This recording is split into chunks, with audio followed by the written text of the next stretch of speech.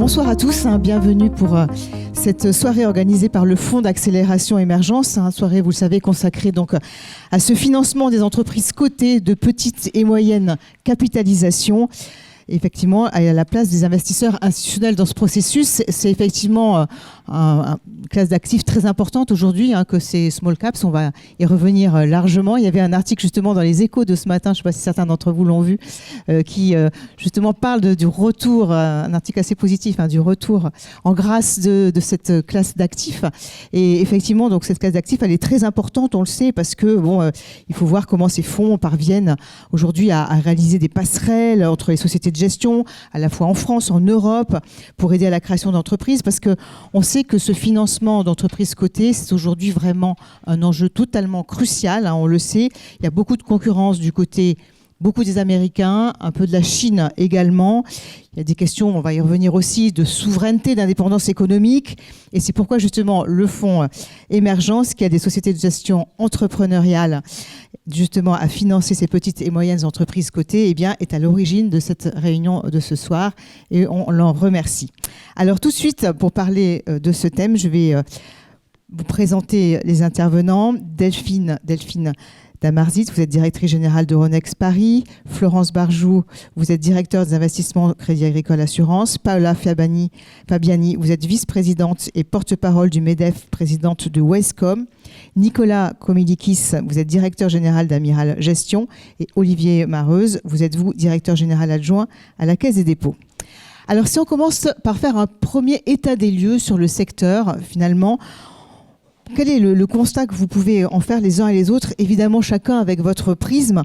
Ce serait intéressant de voir comment finalement vos réponses vont apporter justement des éléments complémentaires pour expliquer cet état des lieux. Puis après, on verra évidemment les solutions aujourd'hui, sur quoi vous travaillez, les chantiers qu'on peut mettre en place pour justement refaire grandir cette classe d'actifs. Nicolas Komilikis, on va peut-être commencer avec vous. Qu'est-ce qui s'est passé d'après vous sur ce segment justement des petites et moyennes entreprises cotées, donc ces fameuses small caps? Il y a eu des flux négatifs, on le sait depuis plusieurs années. Les entreprises sont plus venues s'introduire en bourse. Qu'est-ce qui s'est passé? Merci, je suis ravi d'être avec vous ce soir. Donc je pense que la global picture, tout le monde la connaît. Je la rappelle en quelques chiffres. En fait, depuis 2018, le segment small et mid cap, je ne sais pas si on m'entend bien avec le micro. Oui, voilà, parlez bien près du micro, parce qu'il y a une captation vidéo. Donc le segment a commencé à sous-performer assez fortement à partir de 2018, donc ça fait quand même plus de 6 ans. Si on regarde le MSCI Small depuis janvier 2018, c'est moins 15%, le CAC 40 c'est plus 75%. Donc on parle de 90 points d'écart. Depuis 5 ans, on a 60 points d'écart entre les deux, donc ça a été une sous-performance continue. Évidemment, ça s'est accompagné, donc, comme vous le disiez, de flux très négatifs. Il y avait un article, je ne sais pas si c'est celui auquel vous faites allusion, plutôt d'hier, de Bloomberg, qui parlait de 16 milliards de décollecte nette. Là, c'était au niveau de l'Europe. Non, moi, c'était celui de ce matin, des Échos. Voilà, donc il y a pas mal d'articles en ce moment. J'espère que c'est annonciateur de bonnes choses. Nous, on a calculé, alors les périmètres ne sont pas évidents, à peu près 8 milliards de décollecte juste sur le segment Small France depuis 2018. Quasiment continu, un petit retour de flux positifs en 2021, mais sinon on a eu quand même une décollecte nette continue sur le segment, généralement quand il y a une baisse des indices et des valorisations, il y a souvent des flux négatifs. Et pourtant, c'est quand même la bonne nouvelle, des entreprises qui ont assez bien performé, des BPA, des earnings en croissance, des croissances qui sont restées supérieures d'ailleurs à celles des large cap, peut-être un peu moins qu'à une certaine période, mais qui ont été surperformants.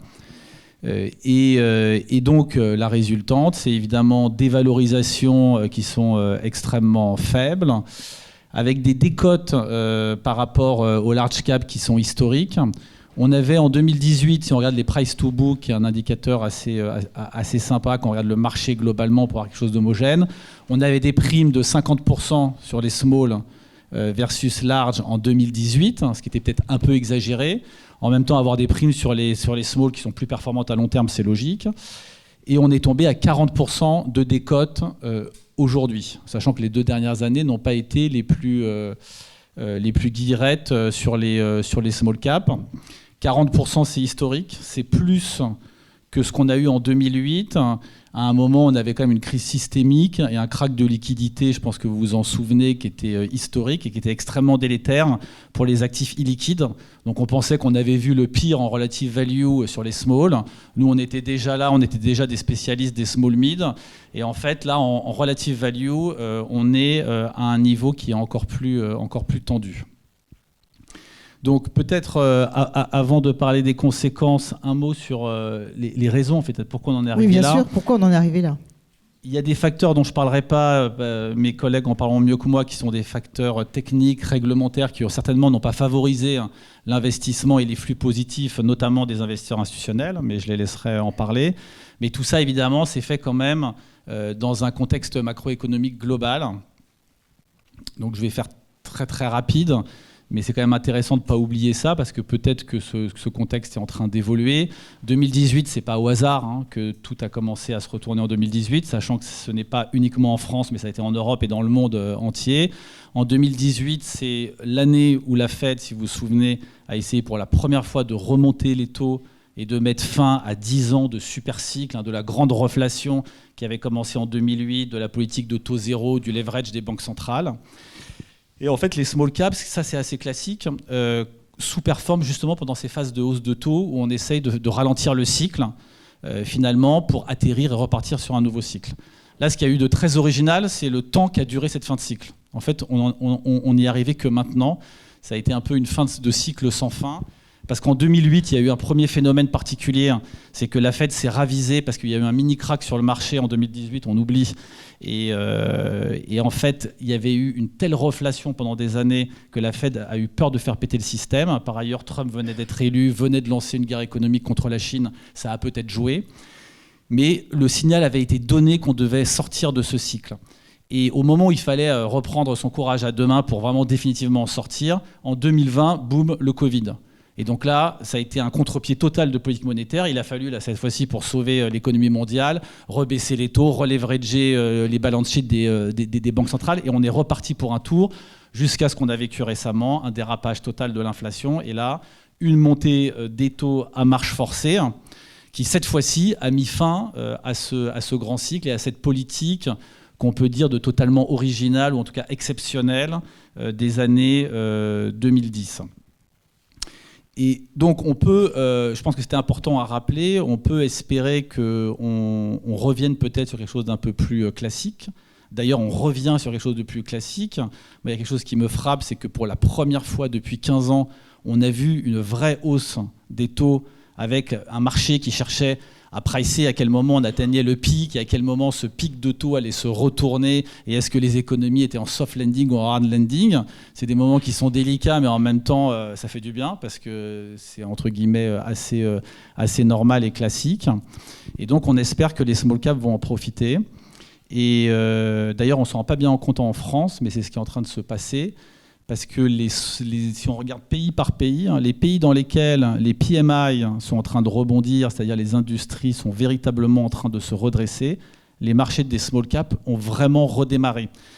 Et on ne s'en rend pas bien compte parce que, on est en France. Deux, au niveau de l'Europe, les deux pays où ça ne se passe pas, où ça se passe le plus mal, c'est la France et l'Allemagne qui sont les pays qui ont le poids le plus important. Donc on a l'impression qu'on n'est toujours pas sorti. Par contre, il y a beaucoup de pays où ça se passe bien. Et il y a une corrélation extrêmement forte depuis le début de l'année entre les PMI qui sont supérieurs à 50 et qui ont des forts rebonds des marchés des petites et moyennes valeurs, et inversement, comme en France et en Allemagne, les pays qui industriellement sont encore un petit peu au fond du trou et qui ont des marchés encore extrêmement sous-performants.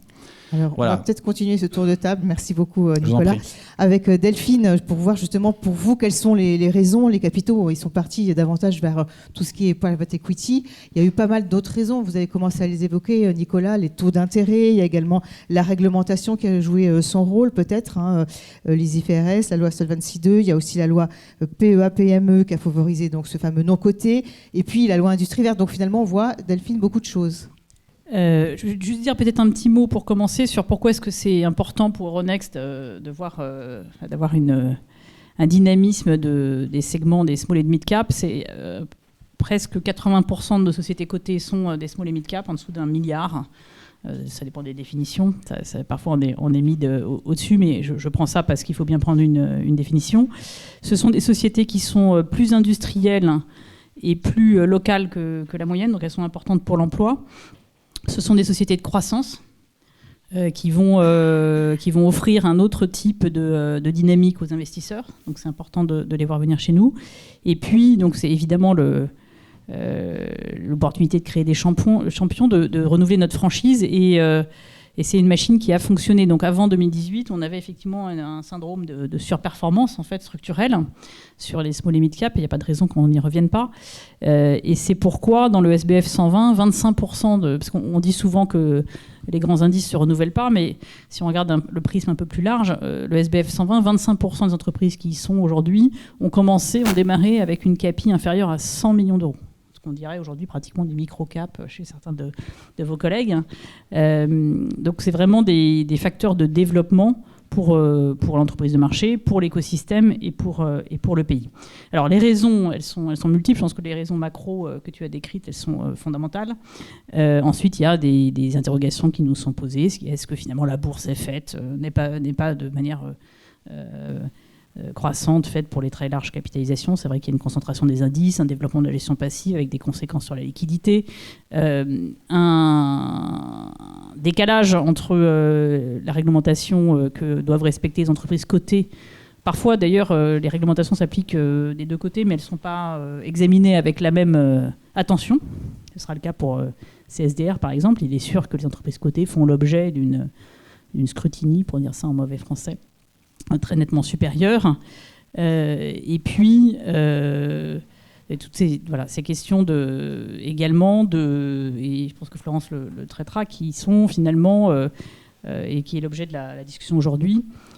Nous, on croit fondamentalement que toutes ces questions peuvent être gérées au niveau de la réglementation. On a par exemple le Listing Act qui va dans un sens de simplification. Mais une des questions qui est fondamentale, c'est finalement est-ce qu'on a suffisamment d'investisseurs institutionnels qui sont intéressés par le marché action en général, parce qu'il faut dire que le décollecte, elle s'est faite sur la période plus récente que 2018, mais elle s'est faite aussi sur les fonds actions tout court, alors avec une rotation vers l'obligataire évidemment, et qui s'est démultipliée sur les small et mid. Donc la France, de ce point de vue-là, a une spécificité qui est que les investisseurs institutionnels, c'est principalement les assureurs qui sont soumis à une série de contraintes prudentielles qui sont faites pour leur mérite propre, mais qui peuvent avoir des conséquences. Et dans ce contexte-là, c'est vrai que le développement du private equity, qui n'est pas une mauvaise chose, qui nous fournit des candidats à la cote plus équipés, qui ont grossi, qui ont ouvert déjà leur capital, donc une excellente complémentarité, en tout cas sur le papier, a bénéficié d'un vent porteur sur l'investissement qui peut-être a réorienté les flux. Voilà. Et donc la question aujourd'hui qui se pose, finalement, où on voit que le private equity a un petit peu de mal à fournir les sorties que réclament les mêmes investisseurs, c'est qu'il faut réussir, du coup, il faut être assez cohérent et créer les passerelles qui permettent de passer de l'un à l'autre. Alors pour ça, il y a énormément de choses sur lesquelles il faut jouer, et je pense qu'on y reviendra. Bon, des grandes questions d'orientation de l'épargne et de critères prudentiels sans doute, pas tout actionnable à court terme, mais auxquels il faut penser, parce que si on ne pense pas aux aspects structurels, on ne remettra pas les fondamentaux à l'endroit. Et puis des questions peut-être plus, et je pense qu'on pourrait y passer un peu de temps, de structuration de l'offre qui est présentée aux institutionnels, pour faire le pont entre les différents canaux, compte tenu des contraintes des uns et des autres, et en particulier de la taille des fonds et l'adaptation des cibles. Donc il y a tout un travail qu'on fait aussi, évidemment, pour que les entreprises qui viennent ce côté, ou qui le sont, aient la qualité nécessaire pour donner la confiance. Parce que dans les histoires, dans les performances, comme tu le dis, les performances économiques sont généralement bonnes, mais parfois on va observer tel ou tel cas qui s'est mal passé, se focaliser dessus. Donc il faut aussi éviter les mauvais exemples. La bonne nouvelle récente, c'est qu'on a eu 2 très belles intros au premier semestre, avec un petit peu qui cochait vraiment toutes les cases des bonnes pratiques. Je m'engage là-dessus, parce qu'on ne fait généralement pas chez Euronext, on est toujours très prudent dans les commentaires individuels, mais Exosens et Planisware ont vraiment eu des histoires de présentation au marché et de construction de leur book et et de réalisation des objectifs annoncés post-IPO qui étaient tout à fait attendus. Et d'ailleurs, la demande, les investisseurs ont été présents et très présents. D'ailleurs, le capital est extrêmement stable, d'ailleurs. Donc, on a de très beaux exemples. Maintenant, il faut que ça embraye. Il faut que ça continue. Voilà. Il faut que ça embraye. Alors, justement, donc, vous faisiez la transition, Delphine, avec Florence Barjou. Donc, justement, vous, alors, en tant qu'assureur au Crédit Agricole Assurance, quel est votre positionnement? Vous préférez forcément jouer la sécurité, c'est normal aussi. Vous investissez davantage peut-être dans le non-coté, qui a des contraintes réglementaires plus faibles que justement le côté, qui a moins de volatilité, qui est davantage favorable aux IFRS et à la solvabilité 2. En fait, tout ça est peut-être plus rassurant pour vous. Quel est votre point de vue aujourd'hui ? Je pense qu'il y a des choses très intéressantes qui ont déjà été dites. Et c'est vrai qu'en tant qu'investisseur institutionnel, quand je regarde un peu les évolutions de nos investissements au cours des années récentes, on a quand même contribué un peu à ce désamour des investissements pour les small caps cotés en faveur du private equity. Et ça peut être un peu contre-intuitif parce que ce mouvement, il s'est amorcé en fait en période de taux bas. Donc une période qui, en toute logique, est favorable à la performance des small caps cotés. Et pourquoi nous, elle nous a davantage incité à aller vers le non coté? Tout simplement parce que les fonds de private equity et les LBO ont évidemment profité de manière massive de cet environnement du financement pas cher. Et donc ce qu'on constate, c'est que au cours, on va dire, des 5-6 dernières années, il y a effectivement eu, je dirais, une forme d'effet d'éviction des small caps cotés par le private equity. Et c'est vrai que pour un institutionnel, il y a une logique en fait, de volatilité qui est évidemment extrêmement importante. Je vous apprends rien. Et quand on investit sur une ligne cotée, on a toujours un risque de provisionnement. On a évidemment des small caps en portefeuille. Nous, la manière dont on l'exprime aujourd'hui historiquement dans nos allocations, c'est via des lignes directes, donc du risque idiosyncratique qu'on prend sur nos investissements. Alors que sur le private equity, on fait exactement la même chose, mais la volatilité comptable est évidemment beaucoup plus faible. Donc, au cours des années récentes, c'est exactement ce qu'on a fait. On a plutôt privilégié le non-coté au détriment du coté. Bon, ça, c'est un état de fait. Ensuite, la question qui se pose, c'est comment est-ce qu'on arrive à infléchir cette tendance et de quoi aurions-nous besoin pour revenir de manière sereine sur le segment du côté. Alors ça, c'est ce qu'on verra peut-être après dans un second temps. Pas de problème. On verra les solutions. Voilà, on finit rapidement l'état des lieux et puis effectivement, on va aborder les solutions. Olivier Mareusse, justement, alors pour cet état des lieux, la Caisse des dépôts, on le sait, elle est impliquée de longue date sur ce segment, justement. Est-ce que vous pensez que ce marché des small caps, il a manqué justement des investisseurs long terme ? Oui, je partage les constats qui ont été déjà donnés. Je pense qu'il y a un vrai risque d'attrition progressive de ce segment small et mid cap si on y prend garde. En 2023, il y a eu 6 introductions en bourse contre 31 retraits de cotes.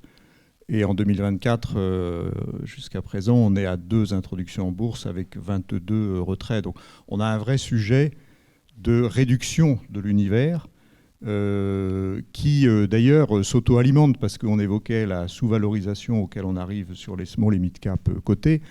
Je crois qu'en termes historiques, elle est assez incontestable, à la fois en price to book, en PER, etc., quel que soit l'indicateur que l'on prend. Et ça en fait un terrain tout naturel de chasse, évidemment, pour les fonds de private equity qui trouvent là des entreprises de taille petite ou moyenne qui peuvent être racheter dans de bonnes conditions. Alors c'est un élément favorable d'ailleurs pour investir sur la classe d'actifs parce que ça veut dire qu'il y a des opportunités de sortie avec des primes, mais en soi ça renforce le problème d'une réduction de ce segment de marché alors même qu'il a un rôle économique absolument essentiel parce que c'est un maillon d'une chaîne, c'est un élément d'un continuum qui démarre avec le venture capital et qui doit se terminer dans les meilleurs cas par des large caps qui sont des groupes qui deviennent des groupes internationaux. Mais s'il y a une case manquante ou très affaiblie, on voit que ce dispositif est en péril et d'autant plus qu'on a en particulier sur les segments de la tech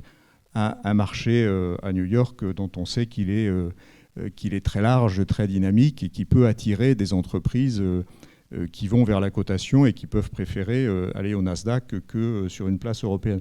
C'est d'autant plus embêtant qu'il y a tout un effort qui est fait, notamment par nos amis de BPI-France, pour soutenir les étapes précédentes du développement, le venture capital, le early stage, et qu'on a ici des viviers dynamiques importants, et qu'on a, on le sait puisqu'on le regarde de près, un pipe de licorne très très fourni, c'est-à-dire d'entreprises qui devraient pouvoir aller vers la cotation en bourse à horizon assez rapproché.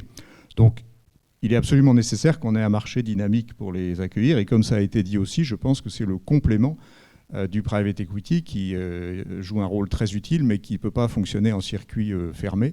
Et on voit bien quand on rencontre des entreprises qui sont au 4e ou au 5e LBO qu'elles aspirent au bout d'un moment à autre chose et qu'un actionnariat public qui n'a pas le même échéancier rapproché de reset périodique du capital, c'est très utile aussi. Donc je pense qu'il y a un vrai besoin économique et pour la continuité de notre système financier. Paola Fabiani, on termine avec vous ce premier tour de table. Si je peux juste rajouter un élément sur... en fait, ce qu'on constate aussi, c'est qu'avec l'essor des fonds de private equity, quand il y avait moins d'argent investi dans ces classes d'actifs, l'IPO, c'était la manière ultime d'accéder, de rendre la liquidité. Or, ce qu'on voit aujourd'hui, c'est quand même l'essor des fonds secondaires. Effectivement, une liquidité qui est assurée par des LBO successifs et une réticence des entreprises à venir ce côté, parce que tu l'évoquais, Delphine, il y a quand même des contraintes réglementaires qui sont extrêmement puissantes. Donc, tu mentionnais CSRD, c'est juste un des éléments. Mais je pense que si on veut redonner de l'attrait au segment et si on veut favoriser les IPO, il y a quand même cette partie réglementaire, je pense, qui est extrêmement importante. Effectivement, on va l'aborder dans les solutions. On termine juste avec Paola. Et on continue. Oui. Alors, donc, pour vous, quel est votre état des lieux? Quel état des lieux vous pouvez faire aujourd'hui par rapport au fait qu'on ait privilégié le private equity au détriment du côté? Alors, bonjour à tous. Moi, je vais peut-être me placer forcément du point de vue des entreprises. Effectivement, alors globalement, il y a quand même une création d'entreprises en France qui est très importante. Donc, il y a une dynamique. Après, effectivement, toutes les entreprises n'ont pas besoin de financement et de levée de fonds, d'un modèle de levée de fonds. Et ce qui est important, c'est de se focusser sur celles qui ont besoin pour passer à un stade supérieur. Et il y a un autre enjeu, pour remettre le contexte général, c'est effectivement comment on démultiplie nos ETI. On a parlé aussi bien des licornes, on peut parler aussi des ETI. Pour moi, c'est un peu finalement le pendant. Et donc, c'est un enjeu très français, parce qu'on n'est plutôt pas forcément en avance dessus. Par rapport à ça, effectivement, la problématique du côté pour les entreprises, c'est effectivement la réglementation. C'est le premier point, je pense. Et j'irais même peut-être un niveau avant, c'est la pédagogie par rapport à ce que veut dire le côté, par rapport à ce que ça nécessite et par rapport aux enjeux.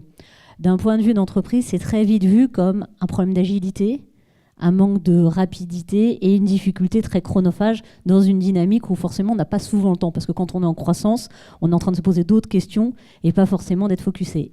La levée de fonds a été très, très, je dirais, dans le bon sens du terme, très, très vulgarisée. Et donc, de ce fait, le réflexe est quand même venu assez naturellement. En plus, là, on parle de small and middle cap. C'est-à-dire, on parle, si je prends les small cap, par exemple, ce sont des entreprises qui ne sont pas forcément, vous le disiez, qui ne sont pas forcément outillées pour aller sur un marché coté. C'est comment, en fait, finalement, les évangéliser, leur dire que ça peut répondre à une attente, que ça ne répond pas à toutes les attentes, mais en tout cas, ça peut y répondre pour qu'elles basculent. Le nombre d'IPO a baissé. Alors, les levées de fonds ont aussi baissé en 2023, il faut le savoir. Donc, il y a quand même un contexte économique global. Et bon, là, je ne vais pas aller sur le contexte économique actuel, mais bon, on est quand même dans une période assez pas forcément facile, en tout cas pour les entreprises. Et l'idée, c'est peut-être finalement, et c'est ce qu'on essaye de faire au MEDEF notamment, comment déverrouiller tous les freins pour leur permettre d'accéder aux meilleurs besoins, aux meilleurs moments. Parce qu'effectivement, l'idée n'est pas d'opposer les sources de financement, l'idée est plutôt de les mettre en complémentarité. Mais par contre, je pense que c'est la deuxième partie, si j'ai bien compris, mais il y a des freins et voilà. L'agilité est très importante. Voilà, on va parler des solutions, oui, Delphine. Contrepoint sur cette question finalement du match de désir, nous quand on voit des entrepreneurs qui envisagent la cotation, très honnêtement, et ceux qui l'ont fait, la sortie du rythme de levée régulière et de la complexité des cap tables qui se sont accumulés est un soulagement extrêmement important. Et en regard, les enjeux de réglementation sont pas proportionnels. Donc clairement, et on a tout un discours sur le fait que certaines entreprises ne doivent pas aller trop vite en bourse. Parfois, il y en a certaines qui ne sont pas allées assez tôt. Quand on est dans le monde du private equity et des relations de levée qui se passent bien, c'est merveilleux. Mais quand ça se bloque complètement. Avec la bourse, il y a un prix, il est parfois douloureux, hein, il peut y avoir des décotes importantes au moment d'augmentation de capital. En revanche, on le voit, nous, le marché des IPO, effectivement, n'est pas très impressionnant en ce moment. En revanche, tout ce qui est secondaire, à la fois les levées de fonds et puis les échanges de blocs, en ce moment, se portent très bien. Ce qui montre d'ailleurs qu'il y a une animation significative, que c'est encore fluide. Et je pense que c'est important de le dire parce qu'on ne voit pas, nous, de décrue. Et puis la dernière chose, c'est surtout que c'est quand même le moyen de croître dans l'indépendance et de cette croissance dans l'indépendance aussi qui est un enjeu de souveraineté parce que c'est croître sur son marché naturel. Alors ça veut dire qu'il faut effectivement pas forcément avoir les yeux de chimène pour quelque chose de très lointain qui s'avère pas si compétitif en réalité quand on a fait une étude là-dessus, quand on compare entreprises européennes à entreprises européennes, entre celles qui se cotent dans leur marché naturel et celles qui se cotent outre-Atlantique. Ça se passe pas si bien que lorsqu'on regarde les très très large caps, qui est souvent le point de comparaison un peu erroné. Voilà, mais donc je pense que c'est important de redire ça, parce que sinon on risque de comparer des marchés bizarrement qui ne sont pas liquides mais pas volatiles, mais parfois complètement bloqués, et des marchés boursiers qui affichent les prix. Évidemment, ça peut être un peu plus cruel, mais en revanche, on peut rebondir. L'autre chose, c'est aussi qu'il faut écouter, ça sera un des points je pense aussi, c'est qu'il faut écouter les marchés cotés dans ce qu'ils adressent comme message aux entreprises. Et le paradoxe, c'est que on a vu en 2021 de nombreuses IPO qui étaient dans un marché d'offres important et de demandes pas toujours simples parce qu'il y avait beaucoup d'offres. Et finalement, les exigences qu'adressait le marché coté et qui parfois contrariaient les entreprises candidates, elles se sont avérées quelques années plus tard pas si injustifiées en termes de génération de revenus, crédibilité. Donc ce n'est pas des demandes déraisonnables qui sont adressées aux entreprises et peut-être que l'argent trop facile de l'autre côté a donné des mauvaises habitudes. Voilà, ça c'était avant les sujets. Ouais, non, mais c'est bon, on va reprendre justement les solutions. Donc Florence, ce que vous disiez, c'était notamment sur davantage de réglementation, une réglementation peut-être plus simple pour les introductions en bourse. Vous avez commencé à évoquer cette piste-là. Je pense que si la question, c'est qu'est-ce qui ferait revenir de manière significative un investisseur institutionnel et notamment un assureur sur le segment des small et mid cap cotés, je pense qu'il y a 3 éléments. Évidemment, le premier élément, c'est l'intérêt stratégique pour le segment. Donc, il y a déjà des choses qui ont été évoquées. Donc, on va regarder les valorisations. Bon, effectivement, elles sont décotées. On va regarder les autres facteurs de soutien un peu top-down, donc le cycle de taux. Donc là, on est clairement orienté à la baisse. Sur la partie courte, la partie longue, c'est autre chose, mais sur la partie courte, on est orienté à la baisse. Puis après, il y a l'environnement cyclique, donc où il y a quand même, je vois hausser les sourcils, où il y a quand même un peu plus d'incertitude. Mais en tout cas, si on voulait revenir, il faudrait qu'on soit déjà aligné, voilà, sur ces trois facteurs de soutien. Ensuite, il y a des éléments qui sont un peu plus structurels. Il y a évidemment pour nous la problématique comptable. Et puis après, il y a la problématique du coût en capital. Alors pourquoi j'évoque la problématique comptable ? Parce que même si on est sous IFRS 17, en norme française, pour un assureur, le risque de provisionnement, c'est quelque chose qui est assez complexe et qui vient évidemment peser sur les productions financières annuelles. Et donc la manière dont on investit sur le segment des small et mid cap est extrêmement important. À partir du moment où on a des lignes idiosyncratiques dans nos portefeuilles, on est quand même sur des sous-jacents qui sont structurellement plus volatiles que les large cap, et donc ça nous fait porter un risque de provisionnement plus élevé. Donc le médium est important, et je ne dis pas ça pour faire plaisir à mon voisin de gauche, mais investir via des fonds, pour un assureur, ça peut faire énormément de sens, puisque au sein d'un fonds, évidemment, il y a une diversification structurelle, premier avantage, et puis ensuite il y a de la gestion active. Et on l'évoquait en filigrane en off avant que la session commence. C'est vrai que sur le segment des small et mid cap, on est sur un marché qui est beaucoup moins arbitré que les large cap, et où pour le coup, la gestion active crée encore, il me semble, de la valeur, ce qui n'est pas forcément, enfin en tout cas qui est moins le cas sur le segment des large cap, où on passe de plus en plus, ça ne vous surprendra pas, par de la gestion passive. Donc le format fonds est un format qui pour nous est intéressant. Ensuite, il y a la partie coût en capital. Et c'est vrai que sur la partie coût en capital, nous, on pousse du mieux qu'on peut. Dans le cadre des discussions qu'il y a aujourd'hui sur la révision de la directive LTEI, donc les abattements de coûts en capital sur les investissements en actions de long terme, pour que ces abattements s'appliquent justement à des structures fonds et non pas uniquement à des lignes uniques. L'intérêt que ça a, c'est de pouvoir loger justement sur le long terme des investissements qui seraient beaucoup plus significatifs sur les actions de manière générale et sur les actions small cap en particulier, dans des véhicules donc, qui pour nous ont un intérêt fort parce qu'ils nous permettent de diversifier les risques. Et ça prend tout son sens, il me semble, pour la gestion small et mid, puisque c'est de la gestion qui, au sein du véhicule, se doit d'être active. Parce qu'il y a des risques à gérer, parce qu'il y a des opportunités à saisir. Et donc, pouvoir appliquer le régime LTEI sur un véhicule, un fonds, et pouvoir maintenir de la flexibilité et une bonne gestion des risques à l'intérieur, ça, pour nous, ça serait un élément vraiment différenciant. Alors Nicolas Communikis, je pense qu'effectivement ce que dit Florence, votre voisine, ça doit vous faire plaisir.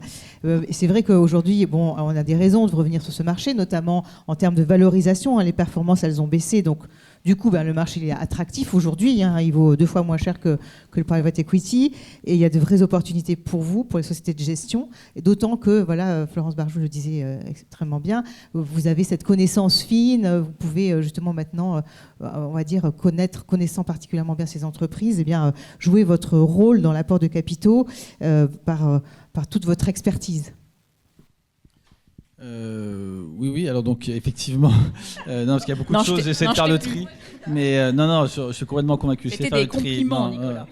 J'ai fait trop de compliments, peut-être. Non, c'était faire le tri. Effectivement, non, la bonne nouvelle, c'est que dans les conséquences, bon, il y a la mauvaise nouvelle dont on a parlé, puis je vais enfoncer le clou, et je pense que Olivier en a très bien parlé. On a une rupture dans le continuum de financement entre le privé et le public, ce qui est assez dramatique, puisque la baisse des IPO est liée à ça. Et donc, il faut absolument qu'on rende à nouveau le marché action désirable. Il y a des sujets réglementaires, vous en avez parlé, vous les connaissez mieux que moi, il faut les adresser, ils font partie de l'équation. Maintenant, il y a un facteur qui est majeur et qui sera toujours plus puissant que tous les autres, c'est le prix. C'est que de toute manière, quelqu'un qui fait des LBO à 12 fois l'EBITDA pour la 3e fois, quand il voit le marché action sans volume à 6 fois l'EBITDA, il ne viendra jamais. C'est pas compliqué, ESG ou pas ESG, compliqué ou pas compliqué, voilà. Et donc c'est pour ça que il faut absolument qu'on adresse ce sujet, sachant que ces LBO, faut pas oublier, finissent, bon certains au Nasdaq, mais en tout cas finissent toujours dans des LBO américains, parce qu'il y a un moment quand on arrive à une certaine taille. Et finalement, il n'y a plus qu'une seule solution, c'est que le 5e LBO, on le fait avec Carlyle, KKR, etc. Et c'est exactement ce qui se passe tous les jours. De même que les sociétés qui sortent de la cote aujourd'hui sont beaucoup rachetées par des fonds américains, parce que quand ce sont des sociétés qui font plusieurs milliards, une des dernières, Esker, quand même, qui est une société magnifique de logiciels française, a été rachetée par Bridgepoint. D'ailleurs, le patron cite des sujets réglementaires, notamment sur l'ESG, sur la façon dont on vote sur le marché. Il y aurait plein de sujets à traiter. Mais évidemment qu'il est aussi sorti parce qu'il y a un moment, quelqu'un lui a proposé beaucoup plus d'argent à un prix beaucoup plus élevé pour continuer son développement. Donc je pense qu'il faut qu'on se mobilise pour dynamiser ce marché secondaire. Mais la bonne nouvelle, c'est l'opportunité, évidemment. Parce que comme on le disait, ces sociétés, si elles ne coûtent pas cher, c'est parce qu'elles se sont très bien comportées financièrement ces dernières années. Et ce qui s'est passé, c'est qu'elles sont dans une très bonne situation financière. Elles ont souvent une trésorerie nette très importante. Elles se sont beaucoup déleveragées. D'ailleurs, comme elles ont été en compétition sur le marché des acquisitions avec les LBO qui étaient extrêmement bien financés à des multiples très élevés, avec des stratégies de build-up extrêmement agressives, ce qui s'est passé, c'est que les sociétés cotées ont fait extrêmement peu de M&A ces dernières années. Donc en fait, tout le cash qu'elles ont accumulé, elles se sont déleveragées. Donc on a des sociétés qui ont des valorisations au tapis, qui ont des bilans extrêmement sains, des situations de trésorerie nette. Donc la bonne nouvelle, c'est que c'est une excellente opportunité pour nous tous. C'est le bon moment, quoi, on va dire. Voilà, c'est le bon moment. Et il faut à la fois le saisir pour gagner de l'argent pour nos investisseurs et nos épargnants, mais à la fois aussi pour régler ce problème qu'on a. Et je pense qu'il doit passer par le marché secondaire. C'est le point sur lequel je voulais appuyer, parce que parfois, on a l'impression qu'il faut qu'on trouve une solution pour l'IPO, mais une IPO, ça ne se décrète pas. C'est-à-dire que si le marché est hideux, il n'y a pas un manager qui va se lever le matin, qui va se dire c'est super, je vais faire une IPO à 6 fois les bits dans un marché où il n'y a pas de flux et où je ne vois pas où sont les acteurs dynamiques et de taille significative. Voilà, donc là où on a un rôle, nous, à jouer important, c'est structurer des fonds de taille, scaler avec l'aide des investisseurs institutionnels, avec l'aide évidemment d'initiatives comme il y en a à la CDC, pour essayer d'avoir des fonds qui sont aussi identifiables, incarnés et qui peuvent prendre le relais pour les entreprises, des fonds extrêmement bien incarnés qu'on voit dans le private equity. Voilà, effectivement, on va en parler, Olivier Mareuze, parce que vous le disiez donc à l'instant, Nicolas, il faut absolument avoir ce marché secondaire qui soit là, qui soit important, qui soit vivant. Et vous faites beaucoup de choses, justement, aujourd'hui. Alors, vous avez lancé un premier fonds de 350 millions d'euros au sein de CDC Croissance, et puis un deuxième fonds, maintenant un fonds de fonds. Alors, expliquez-nous comment ça se découpe. Oui, on partage tout à fait l'analyse sur le besoin d'un merci. marché secondaire actif. On a une filiale dédiée qui s'appelle CDC Croissance, qui est dédiée au small et mid coté et qui a 3,5 milliards sous gestion. Donc c'est vraiment un très gros acteur de la classe d'actifs, 2 tiers en France. Et on a un niveau d'intervention élevé. Ce qu'on pense effectivement, c'est qu'il faut plus d'argent dans les fonds. On a la chance à Paris d'avoir une industrie de la gestion d'actifs qui est dynamique, spécialement sur les entreprises de taille moyenne, qui est souvent entrepreneuriale et qui peut jouer un rôle dans l'animation du marché secondaire plus important. On citait tout à l'heure le montant des retraits cumulés sur les 5 dernières années, qui est assez impressionnant, puisqu'on est à 8 milliards de retraits nets sur les fonds small et mid sur 5 ans. Donc nous, on est convaincus de ça. On est convaincus aussi des niveaux de valorisation faibles du segment qui ont été bien décrits tout à l'heure. Et donc, on a décidé de prendre une initiative d'investissement via les fonds en mobilisant 500 millions d'euros au niveau de la caisse qui vont être déployés par des prises de participation dans les fonds de small et mid cap cotés de manière échelonnée à partir de la fin 2024 et courant 2025 avec évidemment des règles de sélection, de ratio d'emprise, etc. Mais on pense qu'il y a vraiment quelque chose à faire et qu'il serait bien que les investisseurs institutionnels, collectivement, reviennent davantage sur cette classe d'actifs. Et on pense que l'intervention via des fonds est aussi un bon moyen d'animer le marché secondaire et de donner à ce marché de la liquidité. Mais on pense aussi qu'il y a des choses à faire du côté des IPO et que, comme je l'évoquais tout à l'heure, il faut alimenter le marché en nouvelles recrues, parce qu'un marché, comme l'évoquait Delphine, ça doit se renouveler. Les entreprises doivent venir se coter. À Paris, on a eu deux belles introductions en bourse récentes auxquelles nous avons participé. Et ce qui me paraît intéressant, c'est que ces introductions en bourse réussies, parce qu'on a eu d'autres cas malheureusement avant qui ont été beaucoup moins réussis, il faut le dire aussi, elles ont été réussies parce qu'il y a eu un travail de préparation suffisamment long et approfondi et de préparation associant les investisseurs de long terme. C'est-à-dire que l'introduction en bourse faite très rapidement avec des conseils et des souscriptions avec beaucoup de hedge funds dans le book, ça peut marcher, mais c'est souvent des succès de faible durée. Donc je pense que là aussi, les investisseurs de long terme ont un rôle à jouer. On a créé avec nos amis de BPI France un club dit Cornerstone Investor pour que les entreprises qui pensent à la cotation puissent suffisamment à l'avance rencontrer les investisseurs du monde coté, qui n'ont pas les mêmes demandes, les mêmes besoins, ni le même vocabulaire d'ailleurs que les fonds de private equity. Donc il faut que le dialogue s'amorce suffisamment tôt et que les investisseurs de long terme connaissent à l'avance les entreprises susceptibles de venir se coter. Et puis ensuite, il faut des investisseurs de long terme à l'introduction et à l'animation du marché secondaire.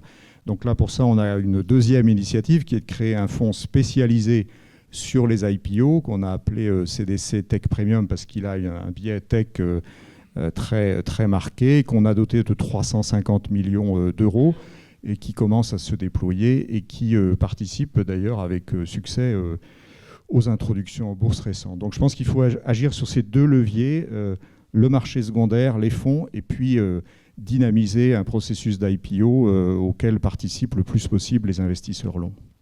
Paola Fabiani, alors quelles sont pour vous les solutions à mettre en place aujourd'hui? On voit qu'il y a quand même déjà de bonnes conditions. Effectivement, on a parlé des valorisations, on a parlé de ce marché secondaire qui devient plus actif. Donc, quelles sont vos préconisations? Je suis assez en phase avec ce qui vient d'être dit, effectivement, et je pense que la préparation en amont pour faire une bonne entrée et ensuite une entrée pérenne, parce que la peur aussi des entreprises et entrepreneurs, c'est la pérennité du marché coté. Effectivement, c'est un peu ce qu'on oppose parfois. Donc je pense que effectivement, la préparation en amont et créer en fait des véhicules, comme vous les avez cités par exemple, qui permettent aux entrepreneurs, aux entreprises de mieux connaître, de se préparer, de s'évaluer aussi, de voir si finalement et de rencontrer les éventuels actionnaires et ainsi de suite. Je pense que ça c'est une bonne démarche. La deuxième démarche, le point c'est quand même, on en a moyennement parlé, mais la réglementation européenne vient quand même, je crois, créer quelques réticences chez notamment les investisseurs, notamment avec les réglementations de plus en plus difficiles et ainsi de suite. Donc ça je pense qu'il y a quand même un travail de fond à faire, un travail notamment presque à l'Europe. Il y a un point qu'on a évoqué rapidement, je pense que je voudrais revenir dessus aussi, par contre, qui est dans les risques, c'est la souveraineté. On en avait parlé. Tout à fait. Je pense que c'est un point très important et je pense que tout le monde n'a pas forcément conscience. Alors ici, dans cette salle, il y a beaucoup d'experts financiers qui connaissent bien ça. Je ne suis pas sûre que dans le monde entrepreneurial, finalement, il y ait cette prise de conscience que finalement, faire rentrer un fonds, et effectivement, il n'y a pas, on le disait, il n'y a pas un moment pour passer un cap, on est obligé d'aller chercher des fonds américains ou autres, entre guillemets. Souvent américains, il s'avère, mais pas que. Et donc, dans ce cas-là, c'est une perte, finalement. C'est une perte de capital, c'est une perte de valeur ajoutée pour la France, voire l'Europe. Donc, il y a des travaux qui sont faits sur, justement, la création et de fonds plus consolidés au niveau européen et de marchés plus consolidés, parce qu'il y a une fluidité à créer au niveau européen qui n'est pas tout à fait présent à ce jour. Encore une question réglementation et synergie.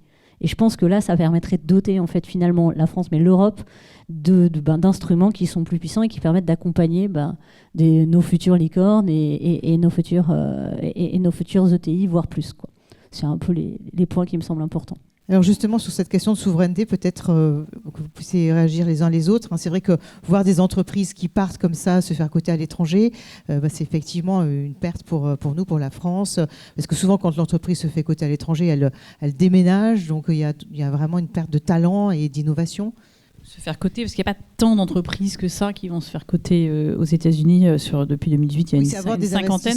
Mais c'est finalement presque une fuite vers le M&A qui ne va pas construire un champion né et développé sur le sol européen, parce que, comme on l'a dit, effectivement, le financement privé assez rapidement, malheureusement, devient des tours de table assez américains, avec une influence dans les conseils d'administration et puis souvent un déracinement ou en tout cas une fusion ou une dissolution dans une autre entreprise. Donc tant mieux pour l'exit à court terme, mais il nous en faut quelques-unes qui continuent à croître. Ce que je retiens là de ce que j'entends, c'est que le besoin qu'on a, c'est d'une action collective.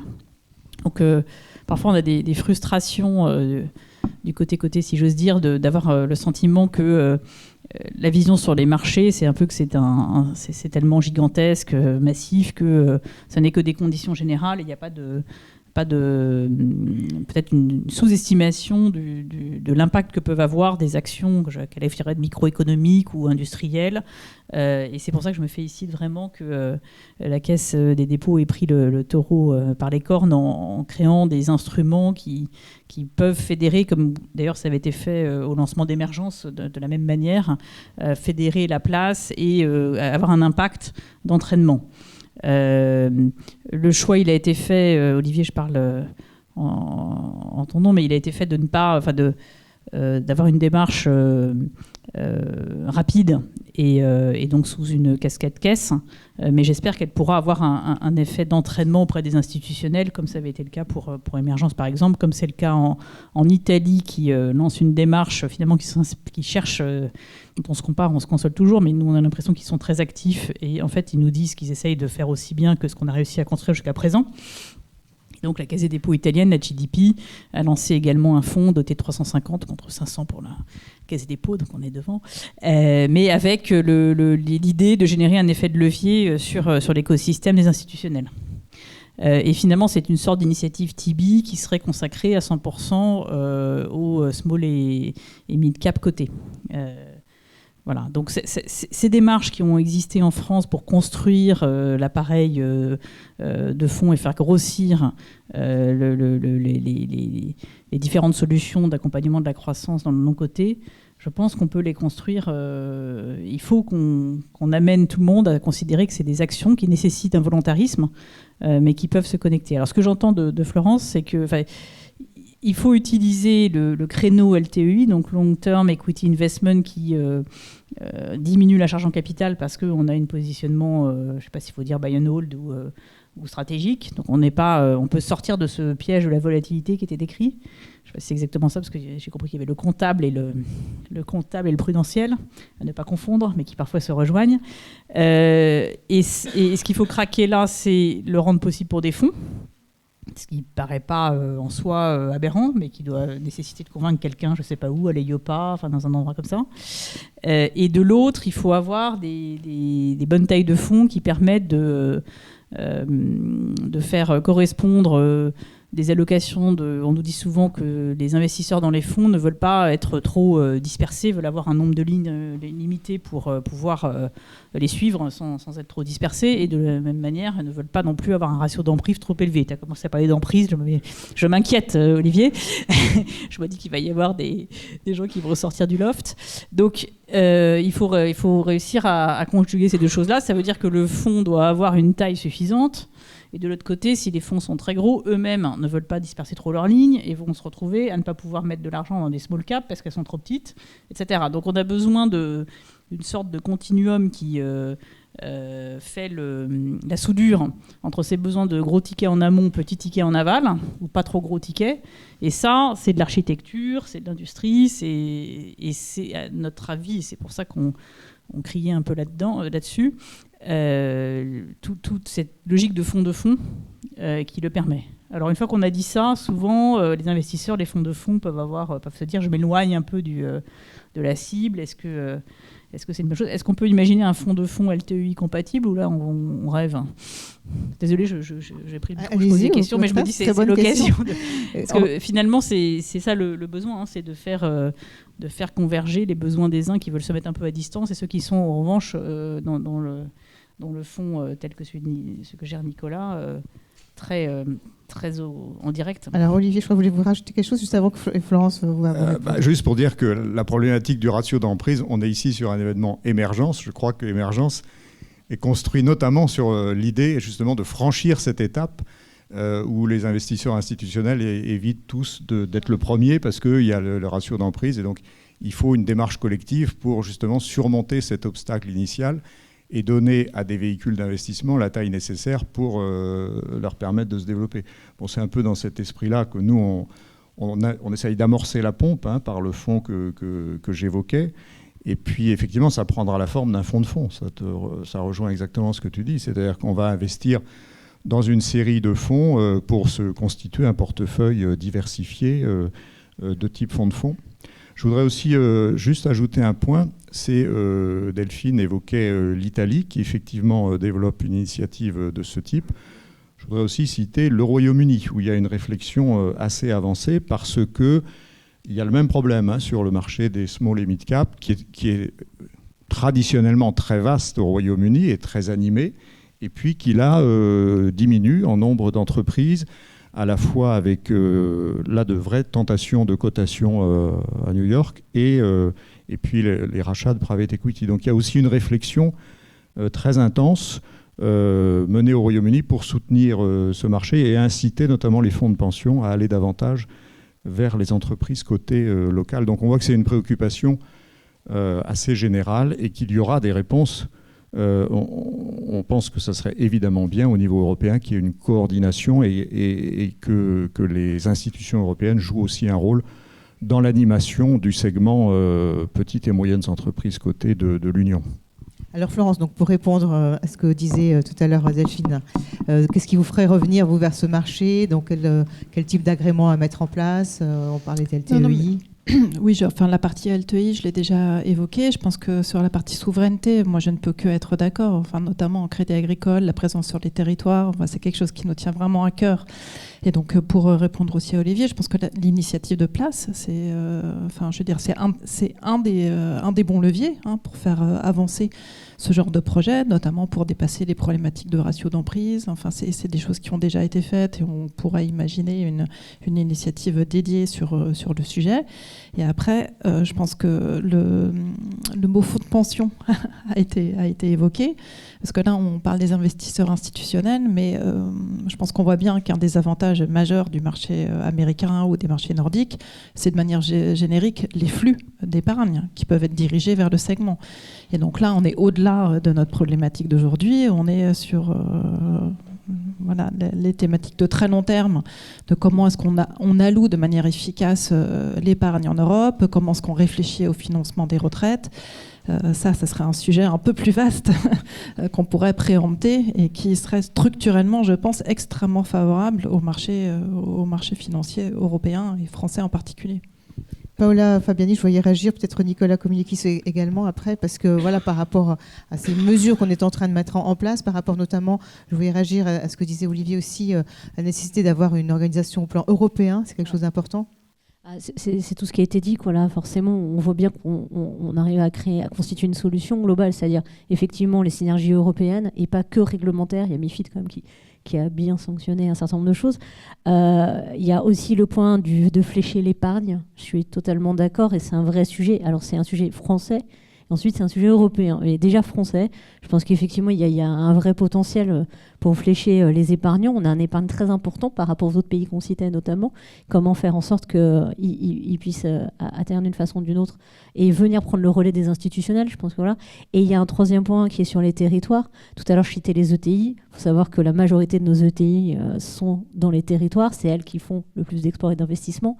Et donc, effectivement, elles ont souvent besoin, et notamment dans le cadre de l'industrialisation et autres, de financement. Et donc, il y a une approche territoriale qui me semble très importante aussi. Et je pense que le principe de monter des fonds de fonds et que la CDC vienne en amont pour quelque part ouvrir la voie, c'est un très bon signal.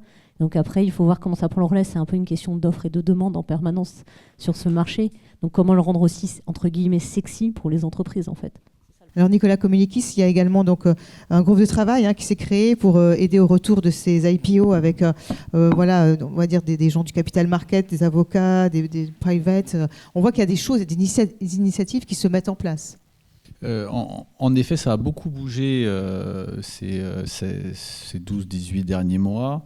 Je pense que c'est peut-être le signal qu'on est un petit peu quand même juste sur le point de vue du marché et de l'excès, pas loin de quelque chose d'intéressant, parce que quand finalement tout le monde se mobilise et que le politique prend conscience des choses, il peut jouer un rôle, mais il ne va pas nous sauver tout seul. Le marché va nous aider quand même. Et nous, si vous voulez, Amiral Gestion, on a été reçus à l'Élysée par le conseiller économique de Macron. Bon, c'est quelque chose, on n'en a pas une grande fierté, ça a été un petit peu un hasard, mais ce que ça veut dire, c'est que au plus haut niveau de l'État, ils se sont rendus compte qu'il y avait quand même un problème sur ce marché et que c'était un problème majeur. Donc c'est sûrement le signal qu'on est sur un point complètement extrême et un petit peu, je l'espère, quand même aberrant. Donc il y a beaucoup de choses qui se passent. Je laisserai peut-être Delphine parler de l'initiative dont vous parlez sur IPO, parce que on est ensemble, mais c'est un sujet qu'elle connaît très bien. Moi, ce que je veux dire, c'est que sur les fonds de pension, alors c'est un grand sujet. On n'y arrivera peut-être pas comme ça parce que il y a tellement de conséquences, le système des retraites. C'est vrai que nous, on gère des fonds small mid cap pour des caisses de retraite, pour les RAF et le FRR, par exemple, qui sont des investisseurs structurels extrêmement fidèles dans les small cap.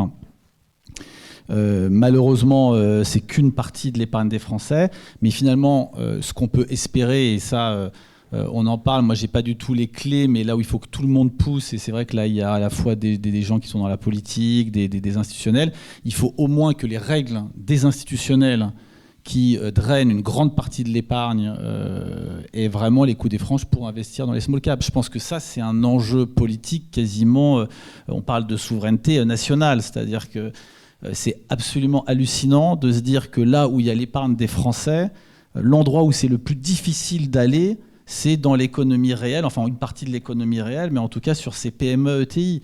Il faut que l'épargne des Français arrête de financer uniquement, je vais caricaturer, mais la dette de l'État. La dette, oui, c'est ça. Et donc, des fonds de pension, avant qu'on les crée, peut-être qu'on ne les verra pas de notre vivant. En revanche, changer un petit peu les règles sur tout ce qu'on vient de dire. J'espère qu'il y a des forces qui se mobilisent pour qu'on y arrive. C'est ce dont on a besoin. Ce sera déjà pas mal pour les flux. Sachant que pour dramatiser encore un peu le sujet, je rajouterai à la souveraineté. C'est vrai qu'il y a un enjeu aussi de capitalisme. Moi, j'ai rien contre le private equity. Je pense que son développement a été extrêmement efficace sur plein de sujets. En revanche, il ne faut pas oublier que c'est un mode de financement où on perd son indépendance tout de suite, très tôt, où le majoritaire, c'est quand même le fonds.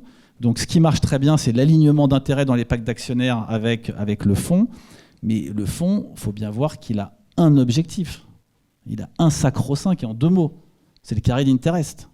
C'est ce qui drive absolument tout. Donc, si on finance tout par des fonds, on finance tout sur des opérations de 5-6 ans drivées par du carried interest pour des majoritaires qui ne sont pas des vautours méchants à l'américaine comme on les a caricaturés à une époque. Mais quand même, c'est une façon quand même de structurer notre industrie et nos PME ETI qui a ses limites et qui ne peut pas être le seul moyen. Donc si le politique réalise ça, c'est quand même assez simple de se dire on va essayer de mettre le paquet pour débloquer un peu l'argent qu'il y a chez les institutionnels et le mettre quand même au service du marché des PME ETI, à qui il faut rappeler, parce qu'on parlait de la réglementation, c'est sûr, c'est un peu lourd, il y a de la réglementation, mais après, une fois qu'on est sur le marché, réussir à lever autant d'argent, autant simplement, et je pense que Delphine le confirmera, il y a peu d'endroits où on peut faire ça. Et donc ça reste comme un instrument de financement qui est unique, qui est extrêmement efficace et qui permet de rester indépendant. Alors un peu lourd, c'est peut-être pas tout à fait le mot. Enfin, on entendra peut-être Paola tout à l'heure réagir, mais Delphine, oui, excusez-moi. On lève en 24 heures. Voilà, c'est rapide techniquement, c'est sûr, et peut-être même quelques heures parfois. Oui, il y a de nombreuses initiatives. Alors il y a eu un petit électrochoc, parce que finalement, on n'a pas de fonds de pension, ou on en a quelques-uns, mais très, très spécifiques et qui ne sont pas, macro-significatifs, on va dire. En revanche, on a des proxys, notamment le développement du PER, qui est important, mais qui s'est largement placé sous une ombrelle assurantielle, ce qui est très bien pour sa très bonne gestion, mais qui va le mettre sous des contraintes qu'on a évoquées tout à l'heure. Et donc on a eu d'une part les fonds euros qui ont subi ce que Florence vous a décrit tout à l'heure, qui est cette tension sur les aspects comptables et prudentiels, qui ne vont pas spontanément rendre favorable finalement un match défavorable à la volatilité et pas extrêmement favorable à la liquidité, paradoxalement. Et dans le cas de la discussion sur la loi industrie verte, c'est développer finalement une action des pouvoirs publics pour dire il faut engager davantage les distributeurs de cette épargne à proposer des investissements de long terme, puisque les horizons sont longs. Donc cette loi a prévu que pour la gestion pilotée, j'espère que je ne vais pas me tromper, la gestion pilotée de l'assurance vie et la gestion par horizon de l'épargne retraite, si ce n'est pas l'inverse. Mais vous voyez l'idée, il y est, ce qui est assez extraordinaire par rapport à la manière habituelle de fonctionner, on impose un quota minimum selon des profils de risque ou plus ou moins des choix de profil et un horizon de temps. En gros, si c'est suffisamment longtemps avant la retraite ou sur une période assez longue, on impose un minimum, et la loi disait d'investissement dans le non-coté, généralement quelconque, ça va être du LBO, l'infra, tout, ou bien les investissements dans les fonds PEA-PME. Et sans préférence sur le PME. Pardon ? Alors attendez, ça, je sens que j'ai lancé un débat. Ça y est, la salle, ils en ont parlé. Mais je disais généralement quelconque. Ça y est, le débat est lancé. Les PME sont effectivement, eux, ont toujours été ciblés sur l'Europe. Et il a fallu, finalement, la demande avait été poussée, c'est tout à leur honneur, l'idée avait été poussée par le secteur du private equity en disant finalement c'est ça qui a fait le succès des États-Unis, ça a été de développer le private equity, donc il faut que nous on donne, on ait une orientation de l'épargne vers ça, et c'est logique pour avoir la performance sur la durée. Et finalement, dans cette discussion de mise en œuvre, les fonds PEA-PME étaient sortis de l'équation. Donc on les a remis dedans dans un équilibre qui est ce qui a pu être obtenu, mais au-delà de cette expérience, donc finalement il y aura la possibilité d'avoir 15% de ces quotas alloués au fonds PAPME qui par ailleurs ont été simplifiés et modernisés dans leur attractivité. Donc on a tous les éléments pour qu'ils prennent une bonne place. Et on avait vu qu'une politique volontariste précédente sur la loi Pacte pour l'épargne salariale avait produit des effets qui ont permis de développer quelque chose qui n'est pas mirifique au plan macro, mais qui quand même, comme je le disais, sur des segments qui ne sont pas si larges que ça, a eu un impact, un effet de cluster sur ces fonds PAPME, parce qu'ils sont finalement distribués soit à travers les comptes titres, soit multi-placés à travers l'assurance vie, l'épargne retraite, l'épargne salariale, etc. etc.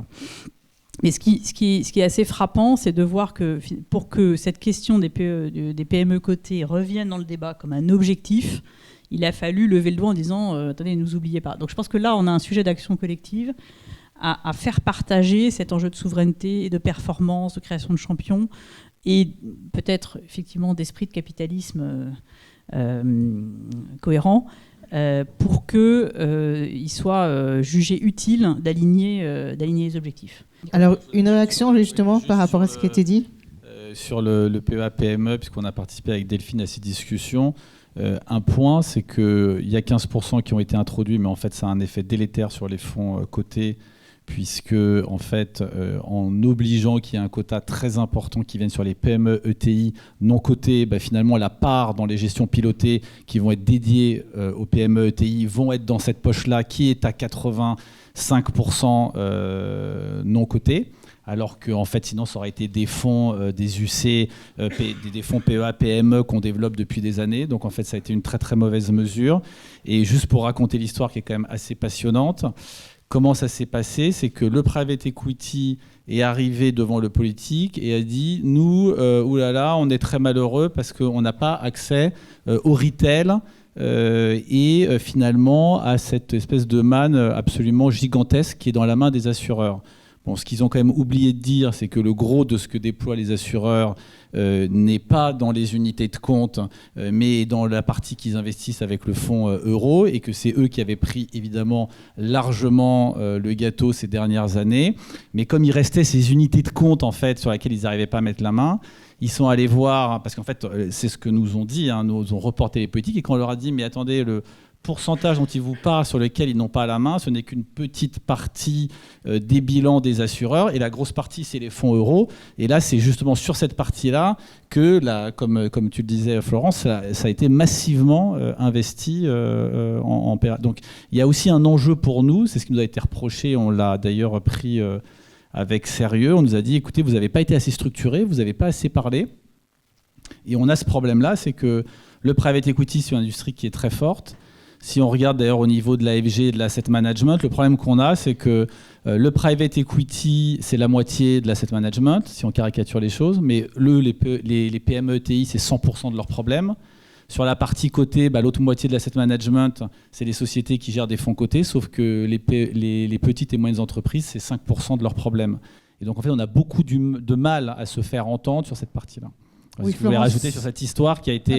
Peut-être parce que moi, il se trouve que j'ai participé au groupe de travail à l'Élysée donc je ne peux que concourir à ce que vous venez de dire. Et c'est vrai que les assureurs ont quand même, de manière générique, un peu mal vécu cette loi industrie verte, puisque tout ce qui est transformation de liquidité nous pose quand même des problèmes. On le voit d'ailleurs aujourd'hui avec toute la partie UCIMO. On est quand même tous en train d'avoir des situations parfois un peu compliquées. Donc réintégrer en fait du non-coté avec in fine l'assureur qui assurera, c'est le cas de le dire, toujours la liquidité. En tout cas, nous, on a quand même un peu mal vécu ces discussions. Et pourquoi j'indique ça ? C'est parce que je me rends compte qu'effectivement, je pense qu'on a un problème de coordination au niveau de l'industrie sur la manière dont on interagit ensemble, puisque quand on a eu ces groupes de travail, effectivement, la partie private equity était extrêmement activiste, pour le coup, et qu'en revanche, la partie cotée, small et mid, était totalement absente. Donc ça montre bien qu'il y a un trou dans la raquette dans la manière dont on échange. Alors justement, qu'il faut faire avancer les choses. Quelle solution donc, pour continuer à avancer tous ensemble Je ne sais pas qui veut reprendre la balle au bon, puisqu'il y a des trous dans la raquette. il faudra faire le bilan de cette histoire. Alors, on était à 0%, on a 15%, et est-ce que les 15, certains disent 15 et 0, c'est pareil? Enfin bon, j'espère que non. Et si les assureurs ont besoin d'assurer justement la liquidité, peut-être qu'ils seront quand même poussés à distribuer des fonds qui ont cette quote-part de liquidité naturelle, même si elle est plutôt moindre. Alors on avait plein de raisons de se dire que le risque, c'était aussi les small et mid-cap étant moins liquides que les large cap. Il y avait le double effet d'éviction. Mais effectivement, je pense que la question de l'action collective est importante. Et de l'organisation. Alors, il y a différentes initiatives qui sont en cours pour justement proposer des solutions et chercher. On voit bien qu'il faut agir sur tous les terrains. Il faut agir sur le terrain de la réglementation, sur le terrain de la qualité des prospects, de la taille des fonds, de l'organisation des flux, etc. etc. Il faut aussi avoir du répondant du côté de ceux qui peuvent être mettre de l'huile dans les rouages. Donc on a le soutien de la Caisse des dépôts avec de l'argent. Je pense qu'il faut qu'on le fasse savoir. Olivier, on a eu l'annonce du président et je pense que vous travaillez énormément. Mais c'est beaucoup d'argent que vous mettez sur la table. Donc moi, j'appelle de mes voeux beaucoup plus de fierté. Enfin, comment dire, non pas de fierté parce que vous l'avez, mais il faudrait en parler tous les jours parce que c'est quelque chose. Plus de communication alors. Oui, enfin, c'est pas à moi de. Enfin, je l'ai quand même dit. Parce que c'est quelque chose qui est tout à fait significatif. Si ça peut, effectivement, je pense qu'il faut faire travailler les institutionnels autour parce qu'ils ne sont peut-être pas dans ce premier round, mais en revanche, ils sont pas directement intéressés peut-être à rejoindre ou à copycater, je ne sais pas comment il faut dire. Et il y a d'autres lieux dans lesquels on peut agir, je pense, autour des fonds Tibi, sur lesquels le volet côté, il y aurait aussi beaucoup à dire sur le ciblage. On sait qu'au niveau politique, on a une phase assez concentrée actuellement où on ne peut pas trop se disperser dans les sujets évoqués puisque tout le monde est à l'Assemblée. Mais il faudra qu'on retrouve, je pense, un peu un magistère moral ou une manière de poser ce sujet qui soit positive. Et toute la difficulté, c'est à la fois d'alerter sur la situation et de donner envie. Donc redisons que ces sociétés sont performantes et qu'il y avait une martingale à retrouver de surperformance qui est une équation positive pour le pays et pour les marchés et normalement aussi pour les investisseurs. Donc, par exemple, regardons ensemble dans ces distributions post-loi industrie verte, est-ce que finalement on sait qu'il y a beaucoup d'influence de ce que les distributeurs proposent sur ce que les consommateurs et les épargnants achètent. Donc on peut ne pas se tirer dans le pied, on peut ne pas faire cette éviction si on l'organise intelligemment. Voilà, c'est vrai que si on ne s'en occupe pas, ça peut partir d'un côté. Et là aussi, il y aura beaucoup de structuration et de propositions de la part de certains. Donc si nous, pendant ce temps-là, on est absents, on n'est pas. Mais ça nécessite de travailler ensemble. Alors Olivier, peut-être une réaction, et puis peut-être Florence aussi par rapport à l'industrie verte, justement. Oui, très rapidement. Je crois que le mérite de cette affaire du projet de loi Industrie verte, c'est d'avoir fait surgir ce problème de l'insuffisance de l'investissement dans les small et mid côté qui était peu présent jusqu'à présent. Donc on peut discuter de la solution trouvée finalement, mais en tout cas c'est la première fois, à ma connaissance, que le sujet est vraiment apparu dans toute son ampleur et a pris une dimension beaucoup plus publique, ce qui est une bonne chose en soi. Deuxième chose, c'est que évidemment ce que nous faisons, nous, c'est dans l'esprit de voir se développer des initiatives et de contribuer à développer des initiatives avec d'autres investisseurs. Et aussi au niveau européen, d'ailleurs, tu citais la Caisse des dépôts italienne qui a emboîté le pas, c'est une très bonne chose. Donc oui, c'est aussi pour faire levier et conduire d'autres investisseurs institutionnels de long terme à se tourner davantage vers ce segment. Et je crois qu'il y a aussi un sujet qu'on n'a pas évoqué mais qui méritera d'être revu aussi, c'est celui de la recherche, sur lequel on a quand même depuis MiFID 2 une vraie faiblesse, avec une recherche essentiellement sponsorisée. Alors il y a eu un effort de la place pour renforcer les règles et les bonnes pratiques en matière de recherche sponsorisée, mais il y a quand même un sujet sur l'insuffisance de la recherche sur beaucoup de petites valeurs cotées. Et puis il y a le sujet des IPO sur lequel il y a certainement encore des progrès à faire, à la fois dans la réglementation et dans la manière d'aborder l'introduction en bourse. On l'a évoqué également, je crois que c'est la convergence de tous ces efforts qui permettra de redynamiser ce segment de marché.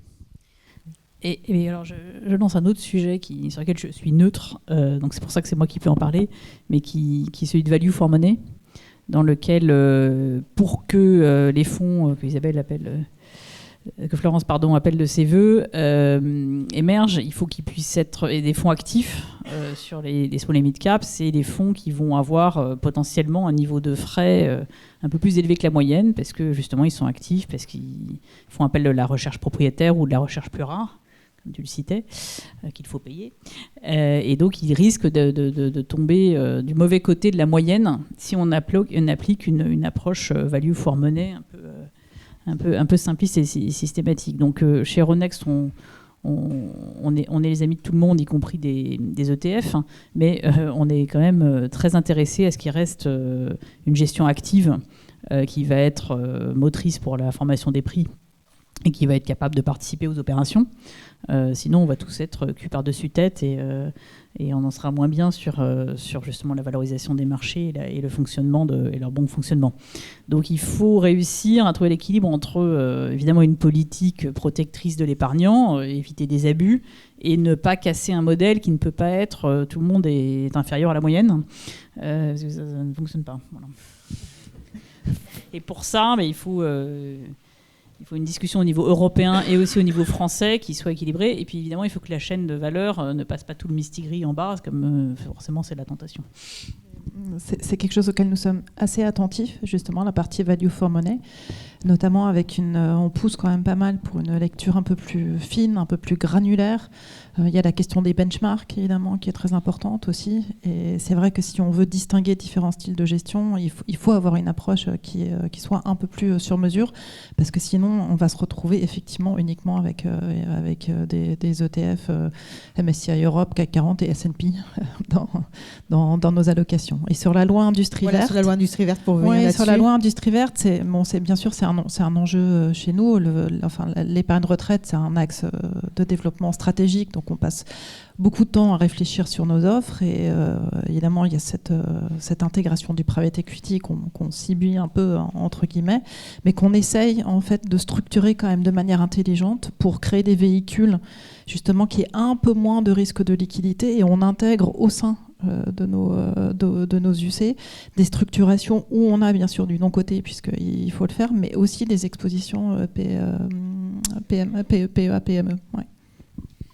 Paola Fabiani, alors je vous ai pas trop entendu là, mais je pense que vous réagissez forcément à tout ce qui a été dit, et notamment vous aussi, vous avez des solutions à proposer et vous avez créé justement, vous ferez une initiative au niveau européen. Bon, peut-être pouvez-vous la détailler, puis peut-être nous dire comment vous trouvez toutes les autres initiatives justement, et est-ce que vous sentez comme ça a émergé aussi ce besoin davantage de concertation entre tous les acteurs?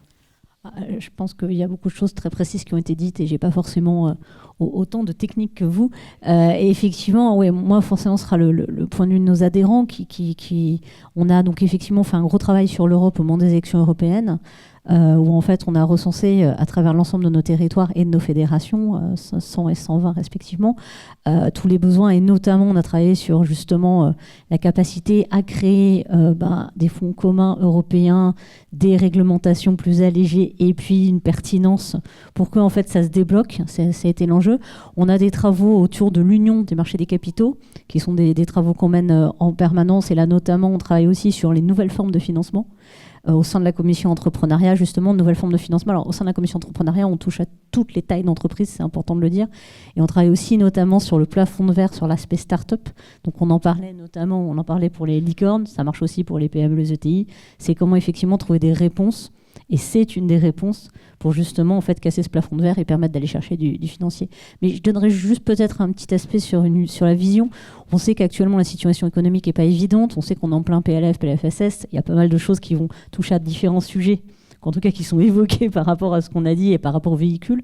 On va voir, je pense que c'est très important de maintenir cette attractivité pour les entreprises et de trouver des solutions de financement. Et je pense que revenir sur la souveraineté, qui est un sujet qui nous tient particulièrement à cœur, la souveraineté, elle a un enjeu. Donc j'aimais bien l'expérience du capitalisme, mais je pense que le point sur la souveraineté, c'est aussi derrière le point d'un risque de sécurité, d'un risque de perte en fait de savoir, mais aussi un risque sécuritaire qui est assez important parce qu'on le met un peu de côté. Donc je pense que d'avoir la capacité de proposer à nos entreprises les solutions pour qu'elles restent sur nos marchés, c'est un enjeu, je dirais, national et européen, qui va au-delà de la simple raison uniquement. C'est un enjeu de compétitivité, effectivement, qui va aussi, on va dire, on parlait du budget aujourd'hui, hein, donc on a besoin justement de contrôler notre dette, on a besoin aujourd'hui de contrôler nos déficits de plus en plus, et évidemment, toutes ces initiatives, ça contribue aussi à la croissance et au final à la réduction de cette dette. C'est ça contribue à la politique de l'offre qui porte ses fruits, et si nos entreprises ont des moyens de se financer, restent sur nos marchés, ça permettra d'avoir de la croissance et ainsi de suite. Vous connaissez le principe, sans pour autant faire abstraction de la problématique de la dette. Il faut qu'on y travaille tous ensemble, je pense aussi.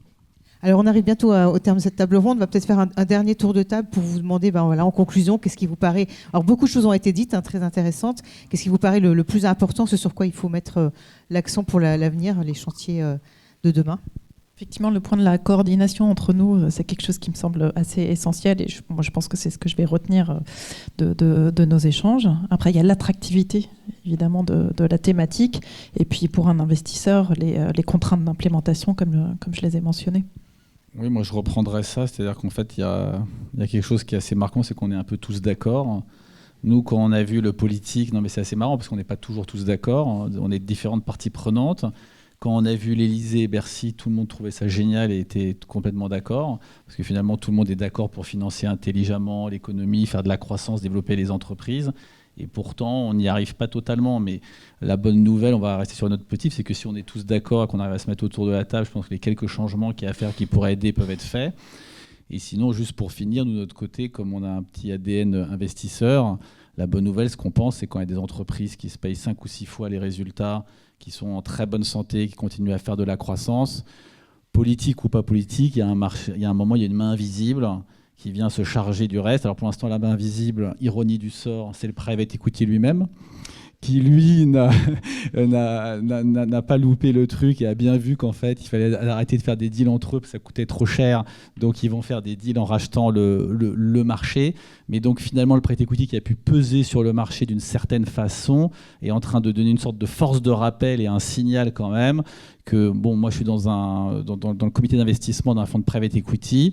Je valide des deals sur des ESN de très bonne facture, etc., à 2,5 fois le chiffre d'affaires. Et je vois les leaders de l'industrie, les grands frères qui sont beaucoup plus gros, beaucoup plus structurés, à 0,7 à 0,8 fois le chiffre d'affaires. Donc ça, on le voit tous. Et il y a un moment, le marché s'en charge. Donc je pense qu'il y a des choses très intéressantes à faire. Oui, alors en fait, ce qu'on peut souhaiter, c'est que, parce que finalement, entrer, sortir et puis revenir. Il y a un certain nombre de tech private actuels qui sanctionnent des histoires boursières très réussies. Mais la phase suivante, malheureusement, notamment aussi pour des questions d'exécution sur les exits, est plus attrayante côté privé. Ça ne veut pas dire que les y resteront éternellement. Donc il faut qu'on soit capable de les voir revenir après ce passage. Et en espérant qu'il n'y aura pas 5 LBO d'affilée. Donc je pense que du point de vue des entreprises avec lesquelles on discute, on a beaucoup d'attentes et de demandes. Ce désir de bourse, il n'a pas disparu. Maintenant, il faut effectivement avoir cette action. Donc, comme tout le monde, et je l'avais déjà dit, je pense que l'action collective et coopérative, le faire savoir, le faire comprendre, la pédagogie est importante. C'est un segment qui se travaille et sur lequel les actions ont un impact. Et on me parle souvent dans le milieu, parce que moi, je n'étais pas forcément aussi près du marché à l'époque, qu'à telle époque, tel type de fonds, tel type d'initiative a changé la donne. Alors peut-être qu'on a toujours les lunettes roses pour le passé et des lunettes trop pessimistes pour le présent. Donc moi, je pense qu'on a aujourd'hui quelques instruments bien capables d'avoir ce type d'impact si on les oriente intelligemment et qu'effectivement, on n'a pas sur une chaîne de valeur des compétitions ou des refilages de mistigris. Voilà. Donc on va faire un petit groupe de travail entre Nicolas, Florence, Olivier. En sortant on s'enferme dans une pièce et on vous reparle l'année prochaine. Avec plaisir. Paola? Je pense qu'effectivement, la question de moi, ce que je retiendrai, c'est vraiment la question du collectif. Mais je pense qu'effectivement, je rajouterai les entreprises dans le collectif parce que je pense que c'est très important de créer des passerelles et de mieux comprendre aussi pourquoi les entreprises bloquent, pourquoi elles n'y vont pas, qu'est-ce qui ne fonctionne pas. Alors j'en reviens, et j'aime beaucoup l'initiative BPI parce que c'est c'est un très bon vecteur que vous fassiez ensemble qui permet de vulgariser les choses. Mais je pense que c'est en réfléchissant ensemble à comment faire venir que naturellement le marché va devenir plus attractif. Et il y a quand même des idées reçues à casser, quoi. Et on l'a un peu évoqué, il y a la réglementation, il y a la difficulté, il y a le côté chronophage. Et là, forcément, je prends ma casquette d'entrepreneur, mais il y a quand même vraiment cette logique d'idées reçues. Alors, idées reçues ou peut-être à simplifier, mais en tout cas, il faut créer des passerelles et des points d'échange pour faciliter ça. Et ce qui fera d'un côté certainement venir les investisseurs et de l'autre côté aussi les entreprises, parce que je pense que l'un appelle l'autre assez naturellement. Moi, je voudrais souligner la question du moment, c'est-à-dire qu'il y a le moment de prise de conscience par l'écosystème du problème, des enjeux qu'on a commentés ensemble. On voit bien que cette prise de conscience est récente, mais largement diffusée auprès des acteurs. Donc il y a un moment de prise de conscience par l'écosystème de l'enjeu. Et puis il y a aussi, comme ça a été évoqué, un moment de marché, parce qu'il y a des points sur les marchés. Donc de ce point de vue, nous, on est assez confortable avec notre initiative sous ces deux registres. À la fois parce qu'on pense que c'est utile et qu'il faut vraiment inverser la tendance, et aussi parce qu'on pense que dans une optique à moyen long terme, c'est pas une mauvaise opération. On est convaincus. Merci beaucoup. Merci à tous les 5. On peut les applaudir.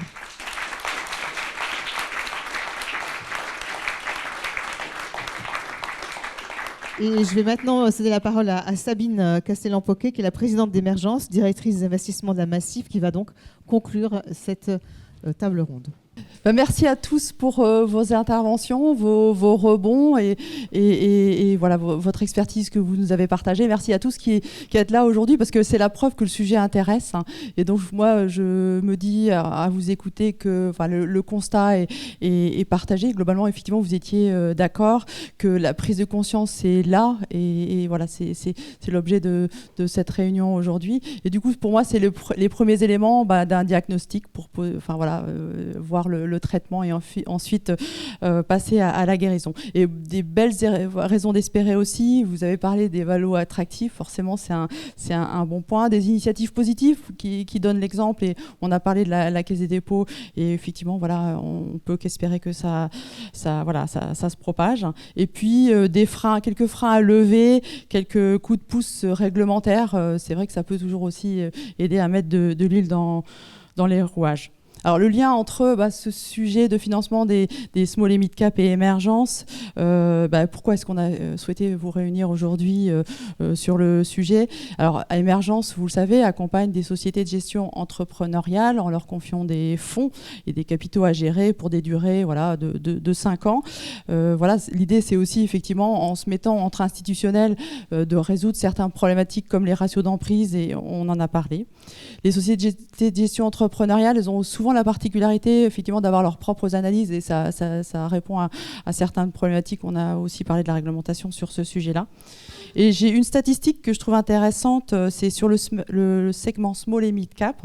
60% des investissements donc, qui sont confiés par des fonds proviennent de sociétés de gestion entrepreneuriale. Donc là, on est en plein dans l'univers d'Émergence.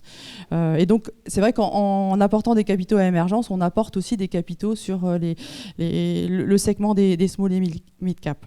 Et effectivement, j'ai entendu le message que vous avez collectivement fait passer aussi, que Émergence a son rôle à jouer là-dessus. Bon, on en parlera au prochain CA. Et puis, j'espère que, alors je ne sais pas s'il y a des régulateurs ou des législateurs dans la salle, ou au moins j'espère qu'ils entendront parler de nos échanges ce soir, parce qu'effectivement, il y avait quelques messages. Et je pense que on a tous les éléments pour avancer et trouver ensemble, se revoir dans quelques mois, j'espère, et avec des bonnes nouvelles sur ce sujet-là. Et je vais terminer, je voulais faire bref avant de pouvoir discuter et poursuivre ces échanges autour d'un verre pour remercier Bertrand pour l'organisation et puis et merci à la Caisse des dépôts pour l'accueil ici dans vos locaux. Merci beaucoup Sabine Castellan-Poquet. Merci.